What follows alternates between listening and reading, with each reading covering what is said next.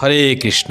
যে সমস্ত জীবেরাই জীব হত্যা করে খাদ্য গ্রহণ করে তারা দেখবেন একটা সবসময় ভয়ের মধ্যে থাকে, অর্থাৎ তারা সবসময় ভয় পায়। কিসের ভয়?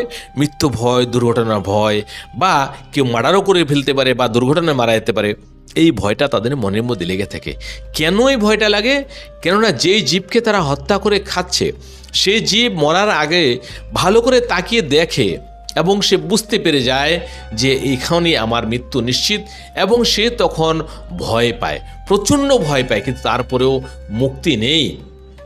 আর তাকে যখন তারা রান্না করে খায় সেই ভয়টা তার শরীরের মধ্যে প্রবেশ করে এবং তার মনের মধ্যে সেই ভয়টা লাগে, এবং সে যতই শক্তিশালী হোক, যতই পয়সাওয়ালা হোক, তারপরে কিন্তু মনের থেকে এই ভয়টাকে মারতে পারে না, ভয় তার লেগেই থাকে।